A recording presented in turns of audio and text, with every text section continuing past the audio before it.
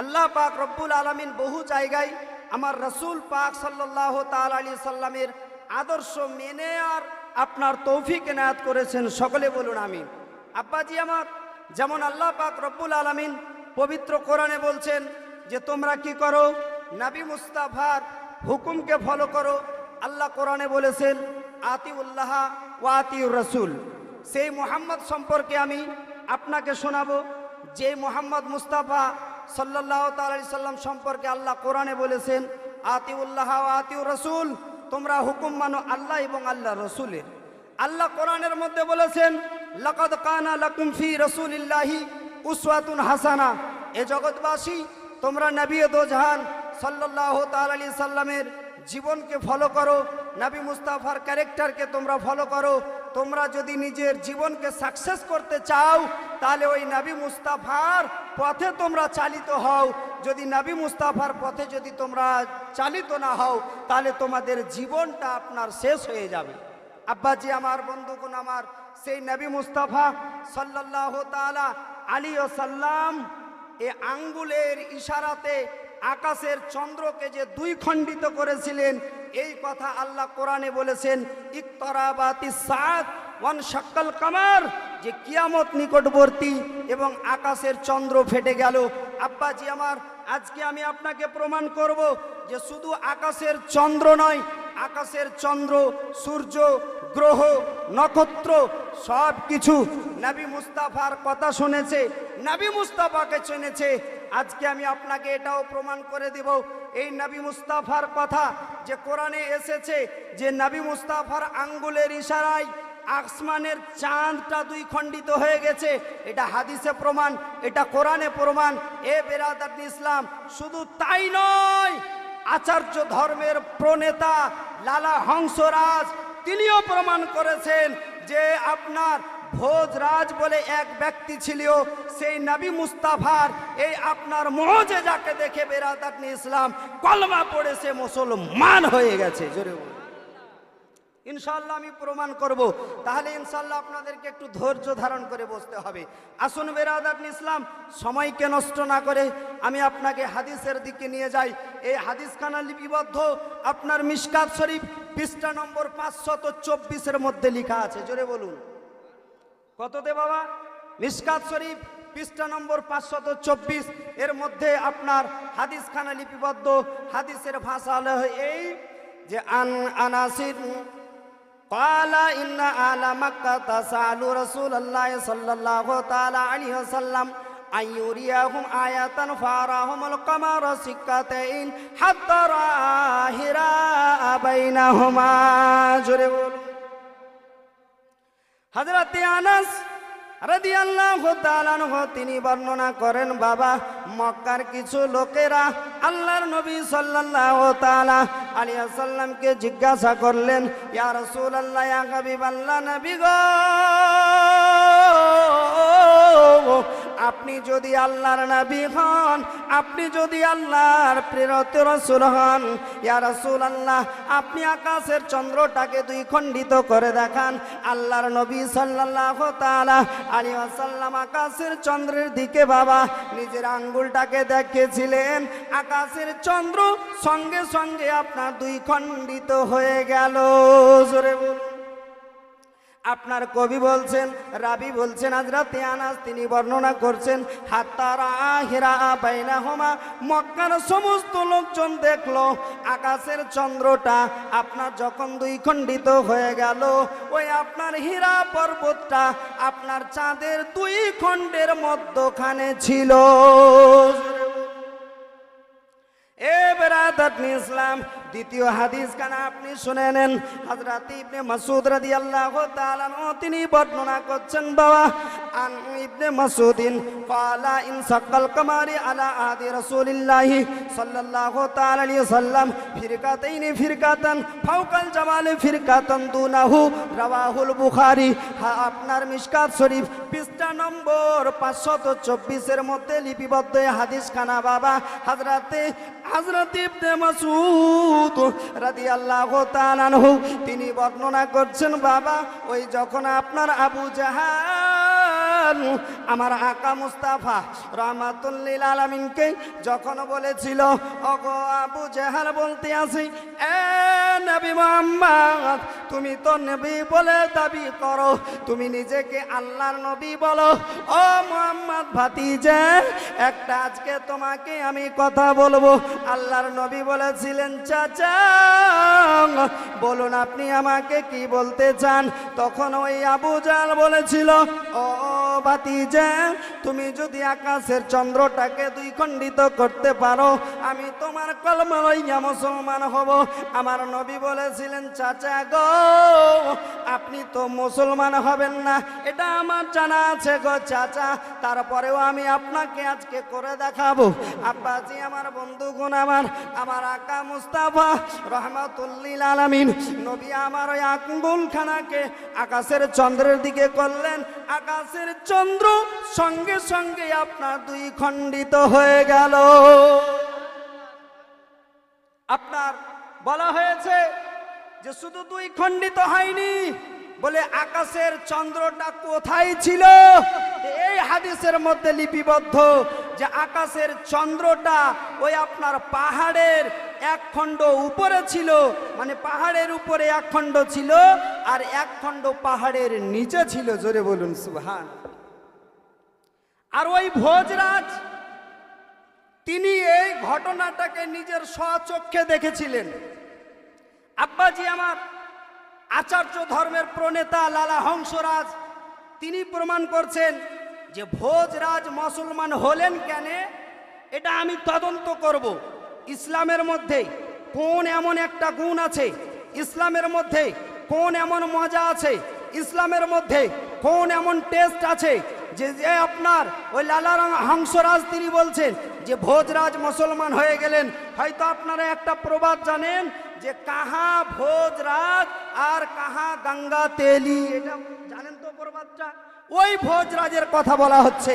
আব্বাজি আমার, বন্ধুগণ আমার, তো লালা হংসরাজ তিনি বলছেন যে ওই ভোজরাজের লিখা, নিজের হাতের লিখা একটা বইয়ের মধ্যে ওই লালা হংসরাজ তিনি পেয়েছেন ভোজরাজ কি করে মুসলিম হলেন, কেমন করে মুসলমান হলেন। তিনি নিজের ওই লাইফের কথা, নিজের জীবনের হিস্ট্রি তিনি আপনার লিখে গেছেন কেমন করে মুসলমান হলেন। আব্বাজি আমার, বন্ধুগণ আমার, এবার আপনি শুনুন, তারপরে আমি আবার আপনাকে হাদিসের দিকে নিয়ে যাব। আব্বাজি আমার, বন্ধুগণ আমার, একান্ত আপনজনেরা বাবা, ওই আপনার লালা হংসরাজ তিনি আপনার প্রমাণ করতেছেন ওই ভোজরাজ বাবা যখন আল্লাহর নবী সাল্লাল্লাহু তাআলা আলাইহি ওয়াসাল্লাম যখন নিজের আঙ্গুলের ইশারাতে আকাশের চন্দ্রটাকে দুই খণ্ডিত করেছিলেন, বাবা ওই ভোজরাজ নিজের আপনার স্বচক্ষে ঘটনাটা দেখেছিলেন। দেখার পরে বাবা যখন আপনার সকাল হয়ে গেল, নিজের জ্যোতির্বিদ পণ্ডিতদেরকে নিজের দরবারে তলব করলো, নিজের কাছে ডাকলো। ডাকার পরে বলল, ওগো জ্যোতির্বিদ পণ্ডিতেরা একটা কথা শোনো। বলে, কি হয়েছে গোলাল ওগো বাদশাহ, আপনি বলুন কি হয়েছে? আজকে বড় আপনাকে টেনশনে লাগছে, আপনার যেন চেহারা আলাদা হয়ে গেছে। তখন ওই ভোজরাজ বলেছিলেন, ও আমার জ্যোতির্বিদ পণ্ডিতেরা শোনো, আজকে আমি দেখেছি নিজের স্বচক্ষে আকাশের চন্দ্রখানা যেন দুই খণ্ডিত হয়েছে। আকাশের চন্দ্র কি হয়েছে? দুই খণ্ডিত হয়ে গেছে। তো বলে কি করতে হবে? বলে কি করে হলো এর কারণটা আমাকে জানতে হবে, আমাকে জানিয়ে দাও। বাবাজি আমার, বন্ধুগণ আমার, একান্ত আপনজনেরা, অগজননী ও আমার বাবারা ভাইরা শুনে যান। ওই তখন এবার লালা হংসরাজ বলতেছে, ভোজরাজ তিনি প্রমাণ করেছেন জ্যোতির্বিদ পণ্ডিতদেরকে আপনার যেন বসানো হলো। জ্যোতির্বিদ পণ্ডিতদেরকে বলা হলো, বলো বলো আকাশের চন্দ্র কেমন করে দুই খণ্ডিত হলো, এই ঘটনাটা আমাকে বলো। জ্যোতির্বিদ পণ্ডিতেরা বসলেন। বসার পরে লালা আপনার হংসরাজ বলেন, ওই ভোজরাজকে জানানো হলো, ওগো রাজা বলে কি হয়েছে বলো। বলে এটা কোনো যেন সাধারণত কথা নয়, এটা বহু বড় একটা কথা। বলে কি হয়েছে বলো। বলে ওগো ভোজরাজ শোনেন শোনেন, ওই আপনার আরব দেশে একজন মহামানব অবতরণ হয়েছে, যার নাম হলো মুহাম্মদ। ওই মুহাম্মদ সাল্লাল্লাহু তাআলা আলাইহি ওয়াসাল্লাম যখন কলমা প্রচার করেছিলেন, যখন কলমা প্রচার করতেছিলেন, তার নিজের লোকেরা তাকে জিজ্ঞাসা করেছিল, ওগো মুহাম্মদ তুমি কোনো একটা মুজিজা দেখাও, কোনো একটা আশ্চর্য ঘটনা দেখাও, তাহলে তোমাকে নবী বলে মানব। ভোজরাজ শোনো গো, ওই জানো আব্দুল্লাহর বেটা, জানো ওই আব্দুল মুত্তালিবের পোতা, মা আমিনার কলেজার টুকরা নবী মুহাম্মদ ওই নিজের আঙ্গুলটাকে আকাশের দিকে করেছেন, আকাশের চন্দ্রটা দুই খণ্ডিত হয়ে গেছে।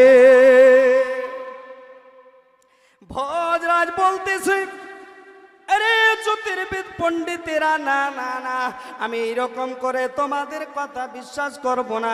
হতে পারে তোমাদের গণনা ভুল হতে পারে, তোমাদের গণনা তো অমান্য হতে পারে, তার জন্য আমি তোমাদের কথা বিশ্বাস করব না। বলে কি করবে।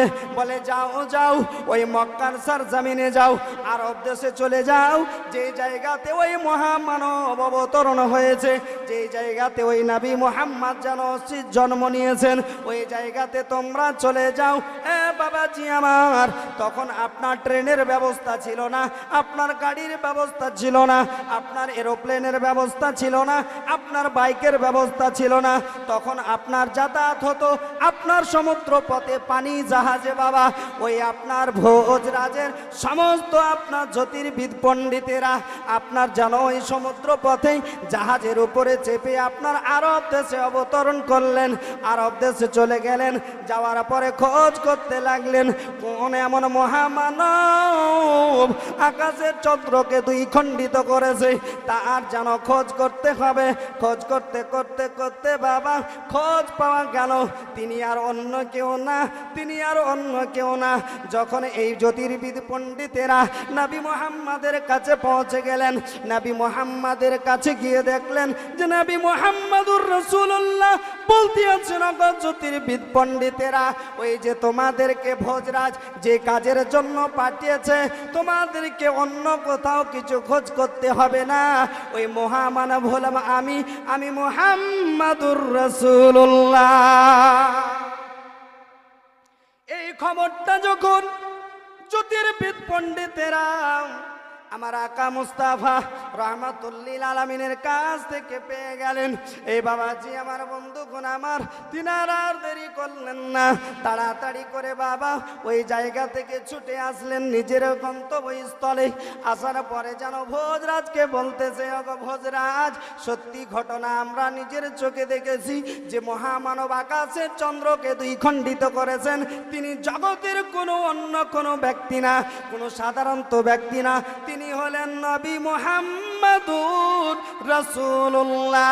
ভোজরাজ বলতে আছেন, ওগো শোনো শোনো, ওগো আমার জ্যোতির্বিদ পণ্ডিতেরা, আর দেরি করা যাবে না, আর দেরি করা যাবে না। বলে কি করতে হবে।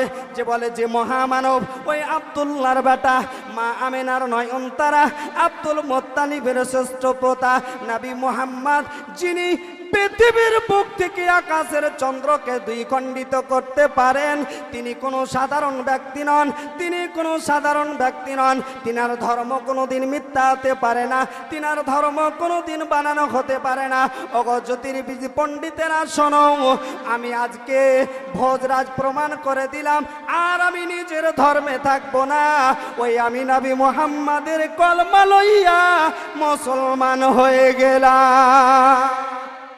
জ্যোতির্বিদ পণ্ডিতেরা বলেছিলেন, ওগো রাজা মশাই শুনুন, আপনি যখন নিজেই যখন মুসলমান হয়ে যাবেন, আমরা কেন আপনার পিছনে থাকবো না, আমরা অন্য কোনো জায়গা যাব না, আমরাও নিজের ধারণা অনুযায়ী, আমরাও নিজের কৌশল অনুযায়ী আমরা বুঝতে পেরেছি তিনি কোনো সাধারণ ব্যক্তি না, তিনি হলেন আল্লাহর দূত, তিনি হলেন আল্লাহর নবী। অতএব আমরাও আপনার সঙ্গে সঙ্গে নবীর কলমা লইয়া মুসলমান হয়ে গেলাম। এ বাজি আমার, শুধু তাই নয় বাবা, তাই নয়, এই আপনার ঘটনা কে আপনার কেন্দ্র করে বলা হয়েছে। আপনারা জানেন বাবা, নীল আর্মস্ট্রং একজন আপনার বৈজ্ঞানিকের নাম আপনারা জানেন। যে সমস্ত ভাইয়েরা স্কুলে লেখাপড়া করে, কলেজে লেখাপড়া করে, ইউনিভার্সিটিতে লেখাপড়া করে, তারা আপনার জানেন গো যে আপনার নীল আর্মস্ট্রং আপনার একজন বিখ্যাত আপনার বৈজ্ঞানিক।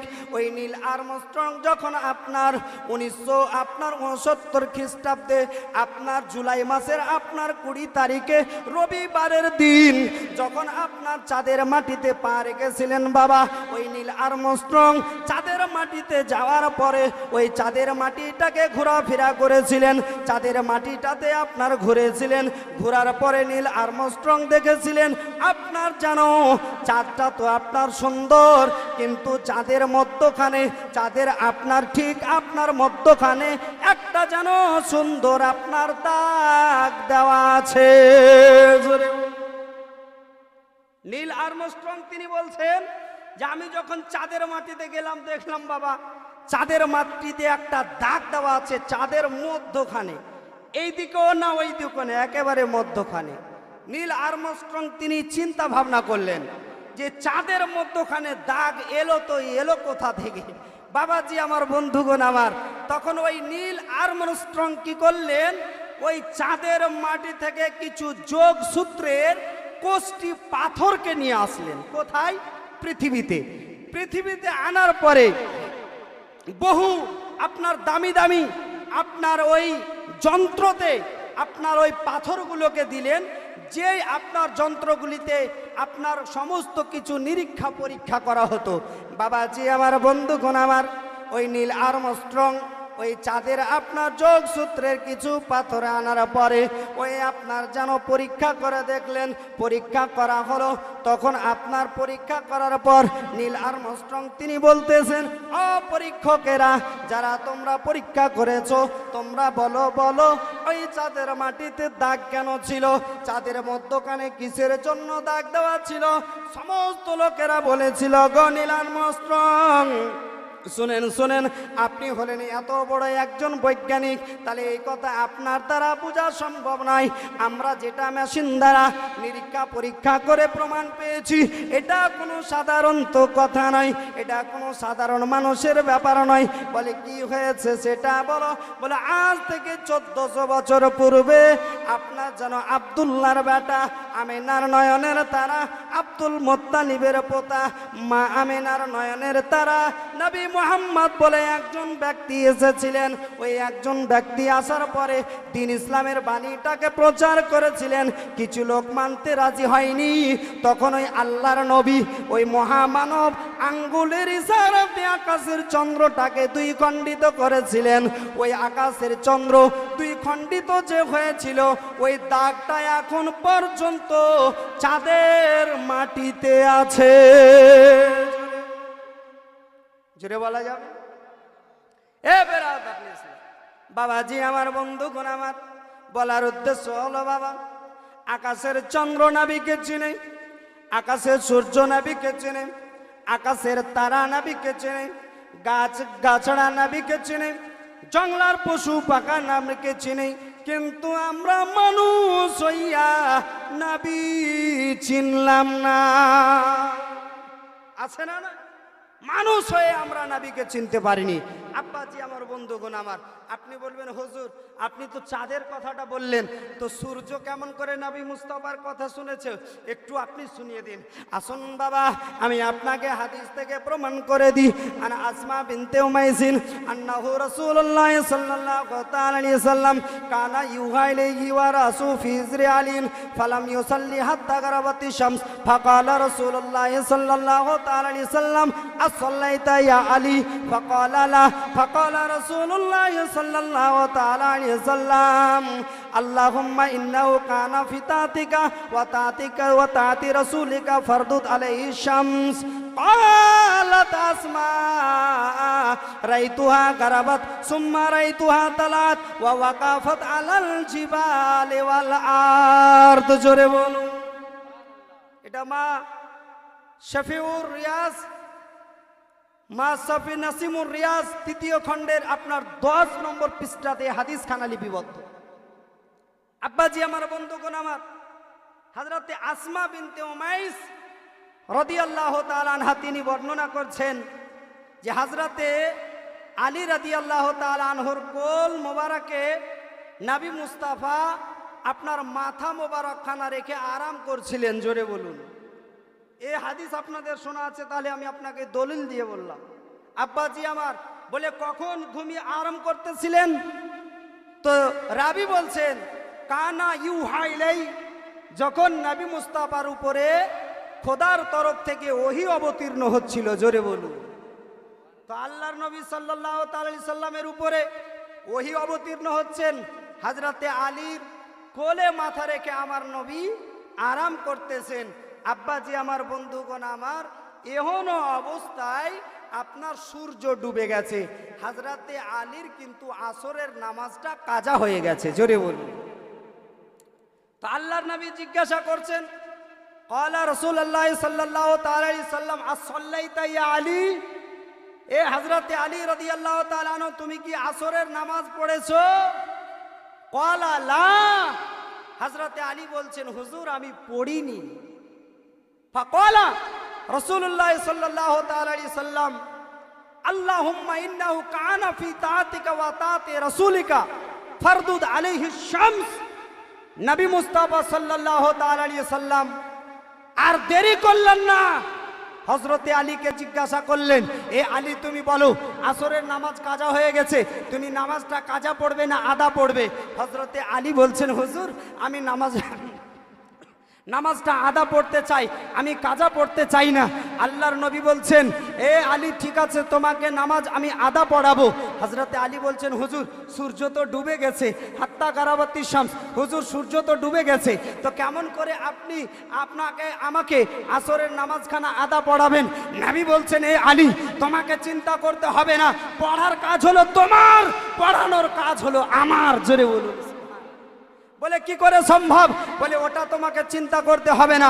আল্লাহর নবী সাল্লাল্লাহু তাআলা আলাইহি সাল্লাম, এ বেরাদারনি ইসলাম, হযরতে আলীর এই কথা শুনে আল্লাহুম্মা ইন্নাহু কানা ফি তাআতিকা ওয়া তাআতি রাসূলিকা ফারদুদ আলাইহি শামস, হযরতে আলী রাদিয়াল্লাহু তাআলা আনহুকে নামাজ পড়ানোর জন্য, হযরতে আলীর জন্য আল্লাহর নবী আল্লাহর দরবারে দুই হাত উত্তোলন করলেন আর দোয়া করলেন, হে মাওলা, এ পরওয়ারদিগারে আলম, আজকে হযরতে আলী আমার মোহাব্বতে এবং আপনার মোহাব্বতে নিজের সময়টাকে ব্যয় করে দিয়েছে, আসরের সময়টা কেটে গেছে। ইয়া আল্লাহ, হযরতে আলীর আসরের নামাজ কাজা হয়ে গেছে। এ মহান আল্লাহ, আজকে হযরতে আলীর জন্য ওই আসরের সময় করে দেন, সূর্যটাকে আপনি ফিরিয়ে দেন। হাত্তা গারাবাতি শামস, যে সূর্যটা ডুবে গেছে, ওগো আল্লাহ সেই সূর্যটাকে আপনি ফিরিয়ে দিন। এ আব্বাজি আমার বন্ধুগণ আমার, হযরতে আলীর জন্য নবী মুস্তাফা যেমনই দোয়া করলেন, আল্লাহ পাক রব্বুল আলামিন বলছেন, এ জিবরিল, দুনিয়ার সেই কোনো জিনিস এক মুহূর্ত দেরি হতে পারে, কিন্তু আমার রাসূলে পাক যখন দোয়া করেছে 1 সেকেন্ডও দেরি করা যাবে না।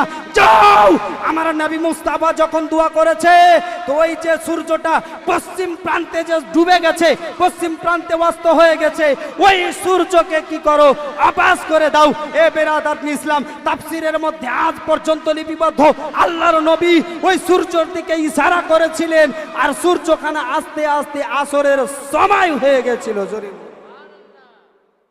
ফাকালাত আসমা রাইতুহা গারাবাত সুম্মা রাইতুহা তালাত ওয়া ওয়াকাফাত আলাল জিবালি ওয়াল আরদ।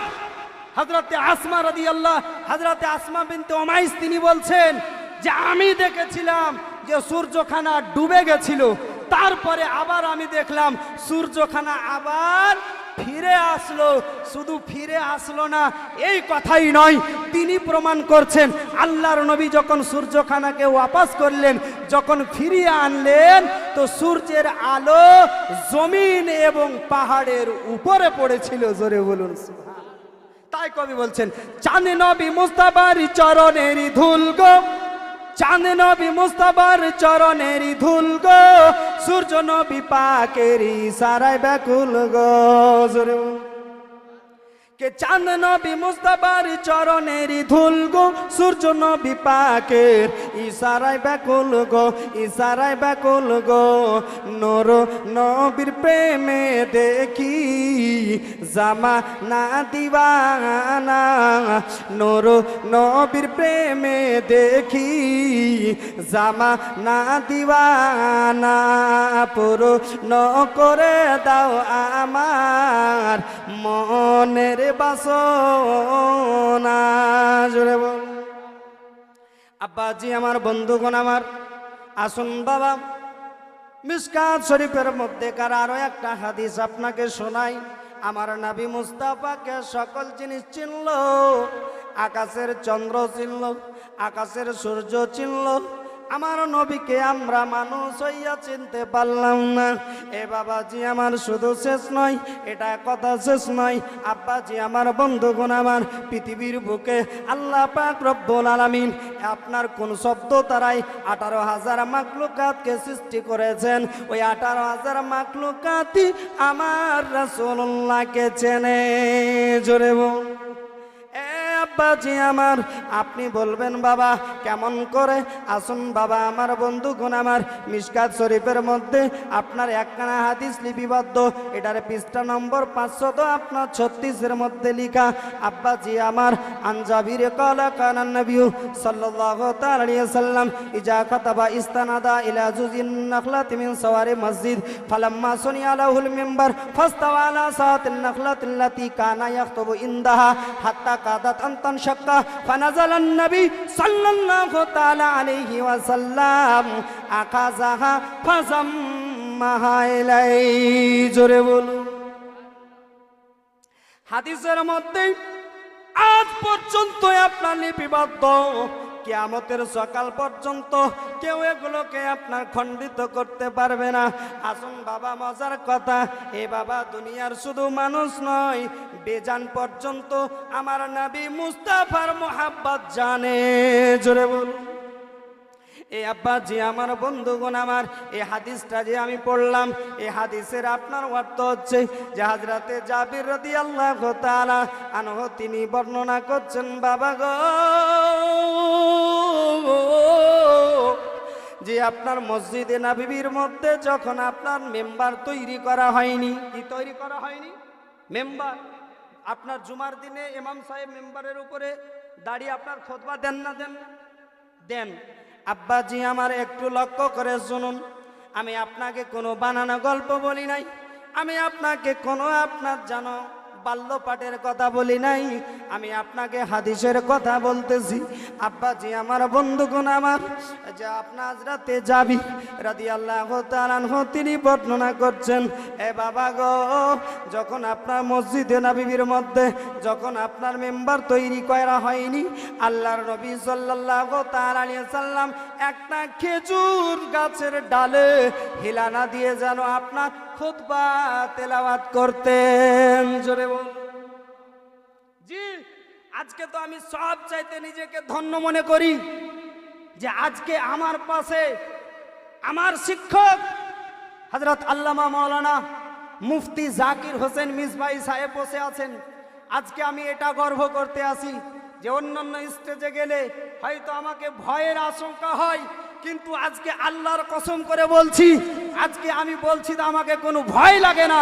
তার কারণ হলো একটা, আজকে যদি আমার কোনো কিছু ভুল হয়ে যায়, আমার শিক্ষক আমার ওটাকে আপনার সংশোধন করিয়ে দেবে। আছে না নাই? আছে না নাই? এ বেরাদার ইসলাম। আব্বাজি আমার, বন্ধুগণ আমার, হযরতে জাবির বলছেন, বাবা ওই যখন মসজিদের মধ্যে মেম্বার তৈরি করা হয়নি, নবী মুস্তাফা একটা শুকনো গাছে খেজুরের ডালে হিলানা দিয়ে আপনার যেন খুতবা তেলাওয়াত করতেন। ও বাবা আমার, বন্ধুগণ আমার, নবী মুস্তাফা সাল্লাল্লাহু তাআলা আলাইহি ওয়াসাল্লাম যেন ওই আপনার খেজুর ডালটার নাম দিয়েছিলেন আপনার উস্তুনে হান্নানা। জোরে বল। কি বাবা? উস্তুনে হান্নানা। আব্বা আমার, বন্ধুগণ আমার, একান্তই আপনজনেরা, একটু মনোযোগ সহকারে শুনবেন। এ বাবাজি আমার, যখন আপনার খেজুর গাছের উপরে যখন ইলানা দিই, নবী মুস্তাফা আমার কি করতেন? খুতবা পাঠ করতেন। খেজুর গাছের ডাল মনে বড় শান্তি পেত, মনে বড় আরাম পেত। কিন্তু বাবা যখন মসজিদে নববীর মধ্যে যখন মেম্বার তৈরি করা হলো, মেম্বার যখন তৈরি করা হয়ে গেল, আল্লাহর নবী বাবা ওই খেজুর গাছের ডালে আর হিলানা দিয়ে খুতবা পাঠ করেন না। যখন মেম্বার তৈরি হয়ে গেছে, নবী আমার মেম্বারের উপরে দাঁড়িয়ে দাঁড়িয়ে খুতবা পাঠ করতেছে। বাবা আমার, বন্ধুগণ আমার, যেমন আজকে আপনারা বসে আছেন, সাহাবা ইকরাম কোন আপনার মসজিদ ভর্তি হয়ে আছেন, মসজিদের মধ্যে সাহাবা ইকরাম কোন আপনার উপস্থিত আছেন। বাবা নবী আমার খুতবা দিতে আছেন, কে গো হঠাৎ করে যেন মসজিদের মধ্যে যেন আপনার ছোট বাচ্চার মতো নাই করে কান্না করতে থাকে, ছোট বাচ্চারা নাই কান্না করতে থাকে। সাহাবীরা বলে যেন কান্না এত করতে লাগে, হাত্তা কাদা তান শাক্কা, এমন হলো মনে হয় কান্নার চোটে তার বুক ফেটে যাবে। জোরে বলুন, কি হবে? তার বুক ফেটে যাবে। বাবা আমার, বন্ধুগণ আমার, এরকম করে যেন আপনাকে যেন কান্না করতে থাকে। সাহাবা ইকরামগণ চতুর সাইডে নজর দেন, কে যেন এই মসজিদে নববীর মধ্যে কান্না করতেছে যেন দেখা যায় না। বাবা আমার, বন্ধুগণ আমার, একান্ত আপনজনেরা আস্তে আস্তে করে কান্নার আওয়াজ যেন আরো বেড়ে যায়। সমস্ত সাহাবা ইকরামগণ উপস্থিত আছেন, কান্না যেন এত কঠিন স্বরে কান্না করে গো, যেন যে শুনে তার যেন হৃদয় কানা আপনার গলে যায়। সকলের চোখে যেন জল চলে এসেছে। কে যেন মসজিদের ভিতরে কান্না করে, কিন্তু মানুষ দেখা যায় না, কান্নার আওয়াজটা শোনা যায়। এ আব্বাজি আমার, বন্ধুগণ আমার, ছোট বাচ্চার মতো পুটপুট করে আপনার কাঁদতেছে। বাবা ছোট বাচ্চার কান্নার আওয়াজ এত দিলে লাগা কান্না, মানুষের আপনার যেন কলেজা পেটে যায় ওই আপনার কান্নার আওয়াজে। সাহাবীরা চতুর সাইডে দৌড়তে থাকে, খোঁজ করতে থাকে, কে যেন কোথায় কান্না করতেছে। বাবা গো, কেউ যেন ওই কে কান্না করতেছে খুঁজে পাই না। ফানাজালান নবিয়া সাল্লাল্লাহু তাআলা আলাইহি ওয়াসাল্লাম, তখন সাহাবীরা দেখেন গো আল্লাহর নবী জানো ওই মেম্বার থেকে নিচে নেমে গেলেন। জোরে বলুন। সমস্ত সাহাবীরা উপস্থিত ছিলেন। বন্ধু আমার, নবী আমার কারো দিকে যান না, নবী আমার কোন সাহাবীর দিকে গেলেন না। সমস্ত সাহাবীরা দেখতে আসেন আমার নবী কার দিকে যেন চলে যান। নবী আমার আবু বকরের দিকে গেলেন না, নবী আমার উমরের দিকে গেলেন না, নবী আমার উসমানের দিকেও গেলেন না, নবী আমার আলীর দিকেও গেলেন না। এক কথায় কোন সাহাবীর দিকে নবী আমার গেলেন না। সাহাবীরা চিন্তায় চিন্তিত, মাবুদ আল্লাহর নবী এখন যাবেন তো যাবেন কোন দিকে? আব্বাজি আমার, আল্লাহর নবী যেন এক পা দুপা করতে করতে ওই খেজুর গাছটার কাছে চলে গেলেন, খেজুর ওই ডালটার কাছে চলে গেলেন, উস্তুনে আন্নানার কাছে চলে গেলেন। যাওয়ার পরে আখা জাহা ফাসাম্মা হাইলেই নবী মুস্তাফা আমার ওই খেজুর ডালটাকে নিজের যেন বুকের সঙ্গে লাগিয়ে নিলেন।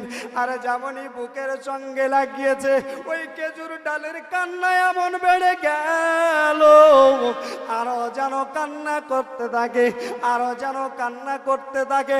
নবী আমার বলেন, গো ডাল শোনো, আর যেন তুমি কান্না করো না, ওই ডালটা কান্না করতেই আছে। নবী গো, আমি যেন আর বরদাস্ত করতে পারি না। নবী আমার বলছেন, ও উস্তুনে হান্নানা, কিসের জন্য কান্না করতেছো বলো? ইয়া রাসূলুল্লাহ, ইয়া হাবিবাল্লাহ, নবী গো আমার কাছে টাকা নাই, পয়সা নাই, আমার কাছে ধন নাই, দৌলত নাই নবী গো। তাহলে এতটুকু জানছিলাম হুজুর আপনার মোহাব্বত আমার কাছে আছে গো নবী। এই নিয়ে আমি মনের মধ্যে শান্তি পেতাম।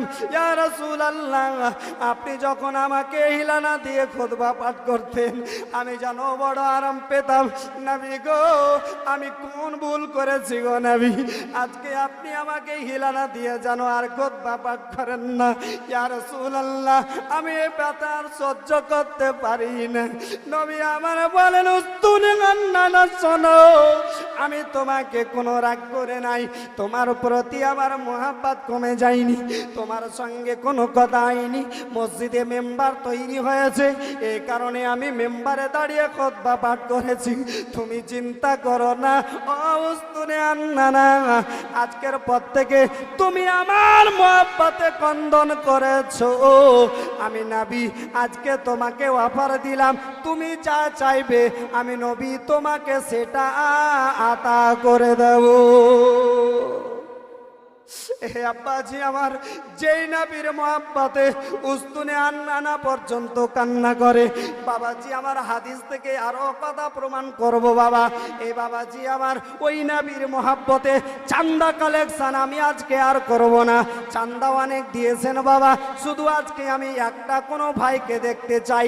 চান্দা আপনারা দিয়ে দিয়েছেন, তবে বেরাদাত ইসলাম পাঁচটা ভাই আমার বেশি করে দিতে হবে না, ওই মাত্র 100টি করে টাকা পবিত্র মসজিদের জন্য। আছেন কি কোনো ভাই? মাত্র 100টি করে টাকা আপনার 5 জন ব্যক্তি দিতে পারবেন ভাই? আছেন কোনো ভাই? আছেন কোনো বন্ধু? 500 টাকা চাইব না, 1000 টাকা চাইব না। আল্লাহ দিয়েছে ধন, বুঝিতে মন, খোদার নিতে লাগবে আর কতক্ষণ। সুবহানাল্লাহ সুবহানাল্লাহ। এক ভাই আমার দিয়েছে 200 টাকা দান। যোগ্য বাপে যোগ্য বেটা এখানেতে ছিল, 200 টাকা আল্লাহ তাড়াতাড়ি দিল। যে উদ্দেশ্যে যে নিয়তে করিল গোদান, এই দান কবুল করো পাক সুবহানাল্লাহ। আর একজন চাচা আমার দিয়েছে 100 টাকা, আর একজন ভাইজান আমার দিয়েছে আপনার 500 টাকা। এই আব্বাজি আমার বন্ধুগণ আমার, আছেন কি কোনো আর ভাই? আমি আপনাদের কাছে কালেকশন করব না, তাহলে নবীর মোহাব্বতে শুধু আমি দেখতে চাই। আব্বাজি আমার বন্ধুগণ আমার, বেরাদাত ইসলাম একান্ত আপনজনেরা বাবা, এই জন্য কবি নিজের ছন্দের মধ্যে কত সুন্দর করে আপনার লিপিবদ্ধ করেছেন বাবা। শুনুন একবার জোরে বলুন, আর মোহাব্বতে বলা যাবে নি। এই যে উস্তুনে হান্নানা নবী মুস্তাফার প্রেমে জীবিত হয়েছে, এ কথা কবি নিজের আপনার ছন্দের মধ্যে বলতে আছেন। জোরে বলুন সুবহানাল্লাহ। কবি বলছেন যে আমি তোমার প্রেমের ভিখারি ইয়া রাসূলুল্লাহ, আমি তোমার প্রেমের ভিখারি। জোরে বলুন, আমি তোমার সুবহানাল্লাহ। নামটা লিখে দিবেন। এ বাপজি আমার বাপ মায়ের জন্য 1 বস্তা সিমেন্ট, নারে তাকবীর, নারে রিসালাত। যোগ্য বাপের যোগ্য বেটা 1 বস্তা সিমেন্টের দাতা।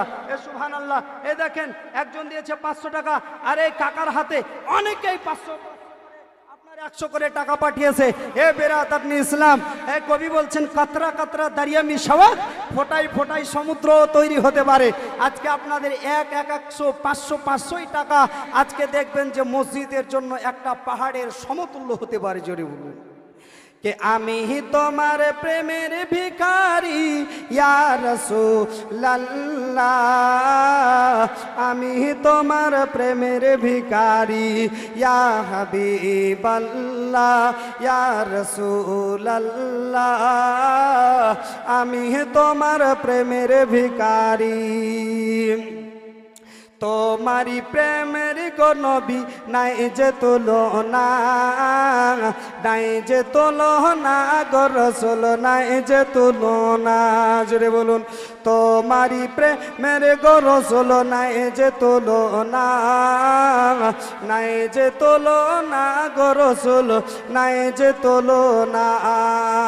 তোমার প্রেমে জিন্দা হইল উস্তুনে হান্নানা ইয়া রাসূলুল্লাহ, আল্লাহ আমি তোমার প্রেমের ভিখারি ইয়া রাসূলুল্লাহ আমি তোমার প্রেমের ভিখারি তোমারি প্রেমেতে আমার কলিজা আঙ্গার কলিজা আঙ্গার গো রাসূল কলিজা আঙ্গার তোমারি প্রেমেতে আমার কলিজা আঙ্গার কলিজা আঙ্গার গো রাসূল কলিজা আঙ্গার দেখা দিয়ে শান্ত করো সাকি কৌসার ইয়া রাসূলুল্লাহ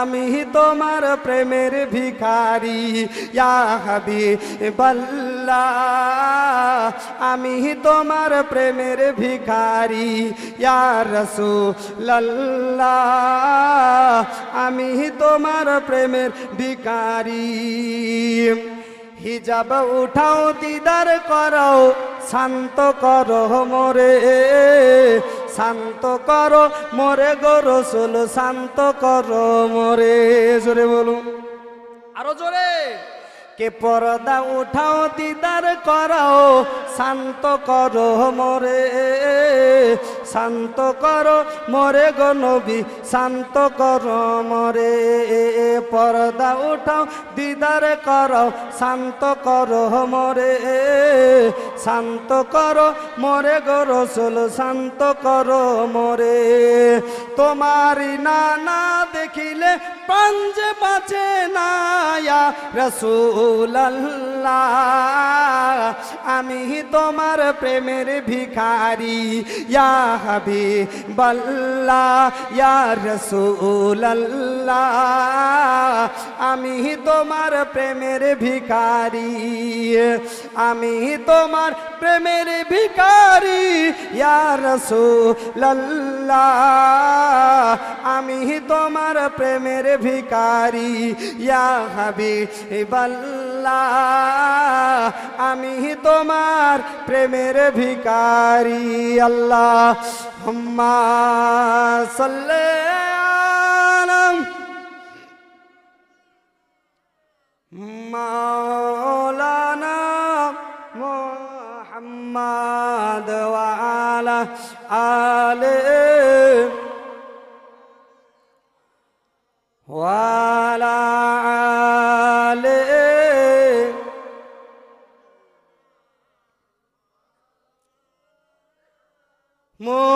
মুহাম্মদ সাল্লাল্লাহু তাআলা আলাইহি সাল্লাম।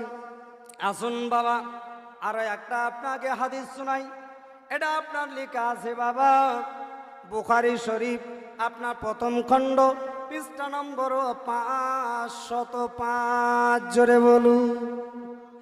এ বাবাজি আমার বন্ধুগণ আমার একান্ত আপনজনেরা এ বেরাদারনে ইসলাম হযরতে জাবির রাদিয়াল্লাহু তাআলা আনহু তিনি বর্ণনা করতেছেন বাবা যে আল্লাহর নবী সাল্লাল্লাহু তাআলা আলাইহি ওয়াসাল্লাম আপনার জানো হুদাইবিয়ার সময় আল্লাহর নবী সাল্লাল্লাহু তাআলা আলাইহি ওয়াসাল্লাম বাবা গিয়েছেন, সাহাবারা আপনার সঙ্গে আছেন। আল্লাহর নবী সাল্লাল্লাহু তাআলা আলাইহি ওয়াসাল্লামের কাছে আপনার সাহাবাগণ উপস্থিত। আব্বাজি আমার বন্ধুগণ আমার নবী মুস্তাফা আমার বাবা ওই হুদাইবিয়ার যুদ্ধে আব্বাজি আমার বন্ধুগণ আমার রাসূল পাক সাল্লাল্লাহু তাআলা আলাইহি ওয়াসাল্লাম যেন আপনার যেন একটা পাত্রকে আপনার পাত্রে আপনার জল নিয়ে একটা লোটার মধ্যে জল নিয়ে ওযু করতেন। আর আপনার নবী মুস্তাফা আকা মুস্তাফা রাহমাতুল লিল আলামিন ওই আপনার পাত্রটাকে নিয়ে লোটাটাকে নিয়ে বাবা ওযু করার জন্য বসেছেন। সমস্ত সাহাবায়ে কেরাম কোন দৌড়ে চলে এসেছেন, ইয়া রাসূলুল্লাহ ইয়া হাবিবাল্লাহ নবী গো বলে কি হয়েছে আমার সাহাবীরা বলো, বলেন ইয়া রাসূলুল্লাহ ইয়া হাবিবাল্লাহ এমন একটা সংকীর্ণ সময় এসেছে, এমন একটা সময় এসেছে গো নবী। বলে কি হয়েছে বলো, বলে ইয়া রাসূলুল্লাহ নবী গো আমরা যে খাবারগুলি এনেছিলাম আমরা যে খাবার এনেছিলাম খাবারগুলি শেষ হয়ে গেছে, আর যেন প্রাণ বাঁচে না। ইয়া রাসূলুল্লাহ, ইয়া হাবিবাল্লাহ, নবী গো খাবার কি খাবো, আমাদের কাছে নাই। নবী মুস্তাফাকে আরো আরজ করেন, নবী গো শুধু এটাই শেষ নাই গো আল্লাহর নবী, নবী গো আমরা যে পানিগুলি এনেছিলাম নবী গো আজকে পানিগুলি শেষ হয়ে গেছে, আমাদের কাছে আর কোনো পানি নাই। ইয়া রাসূলুল্লাহ, শুধুমাত্র যেটুকু আপনার সম্মুখে আছে, অর্থাৎ যে পানিটা আপনি নিয়ে আছেন, এইটুকু পানি ছাড়া আর আমাদের কাছে কোনো পানি নাই। ইয়া রাসূলুল্লাহ, আমাদের কাছে যে পানি নাই, কেমন করে আমরা পিপাসা মিটাবো? আমাদের যে সমস্ত জানোয়ার অর্থাৎ পশু যেগুলো আমরা এনেছি, এক কথায় যে সমস্ত আমরা জীবজন্তুগুলো এনেছি, তারাও পানির জন্য ছটফট করতেছে। ইয়া রাসূলুল্লাহ, আমরাও পানির জন্য ছটফট করছি, আর পিপাসা বরদাস্ত করা যায় না। ইয়া রাসূলুল্লাহ, অল্প একটু পানি আপনার সম্মুখে, এই পানি দিয়ে তো আপনি ওযু করে নেবেন। ইয়া রাসূলুল্লাহ, আর যে আমাদের কাছে পানি নাই, ইয়া রাসূলুল্লাহ কেমন করে আমাদের সময় কাটবে, কেমন করে আমাদের জীবন বাঁচবে? ইয়া রাসূলুল্লাহ, আপনি ব্যবস্থা করে দিন। আল্লাহর নবী সাল্লাল্লাহু তাআলা আলাইহি ওয়াসাল্লাম যেন বললেন, সাহাবীরা রে, যেন তোমরা কোনো চিন্তা করো না। ইয়া রাসূলুল্লাহ, ইয়া হাবিবাল্লাহ, কেন?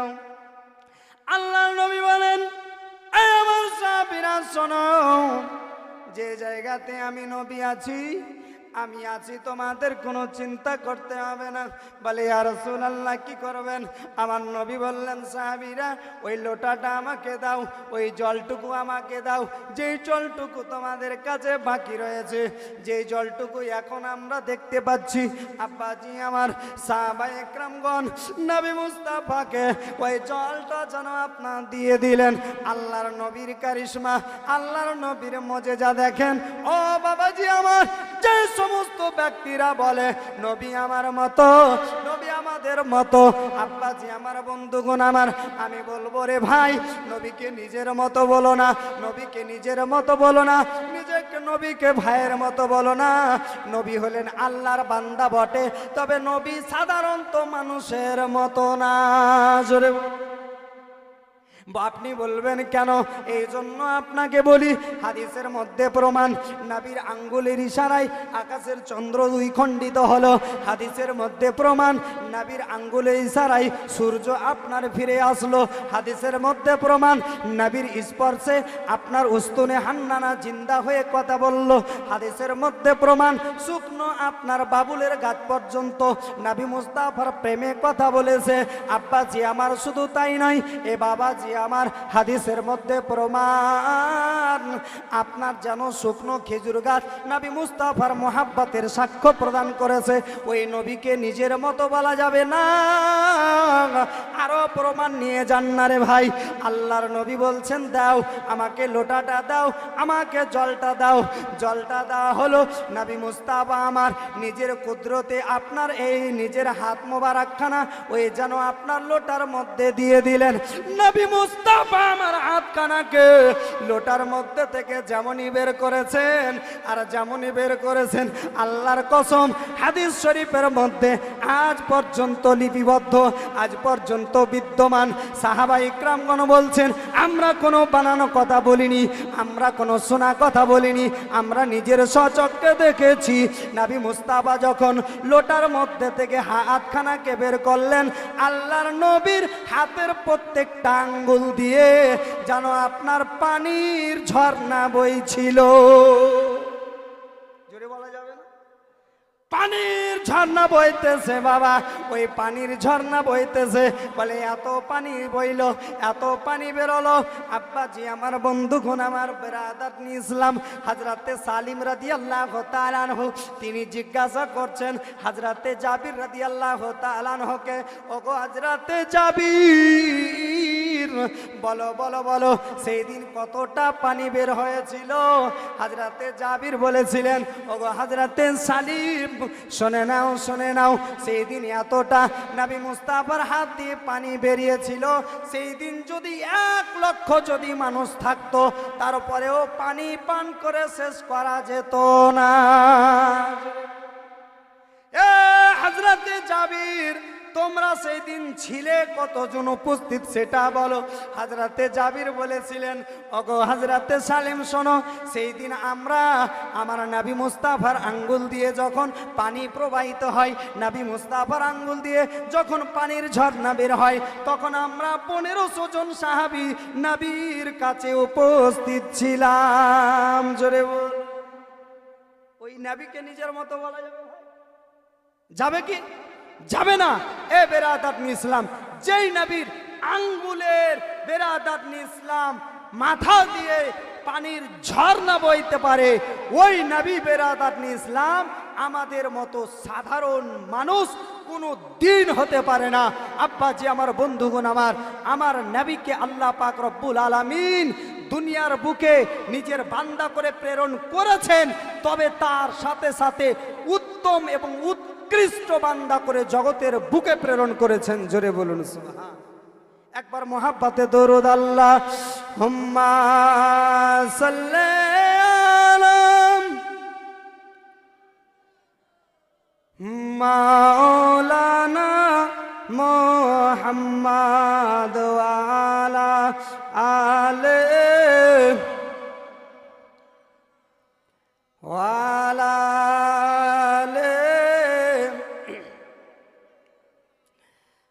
মাওলানা মুহাম্মদ। ওই নবী মুস্তাফার যদি আপনার ডাক হয় তো নবীর দেশে যাবেন না? যাবেন না? যাবেন তো ভাই? যাওয়ার ইচ্ছা আছে নি? আছে তো? একটু জোরে বলেন না ভাই। আছে। কবি বলছেন, কে নবীর দেশে চলো না,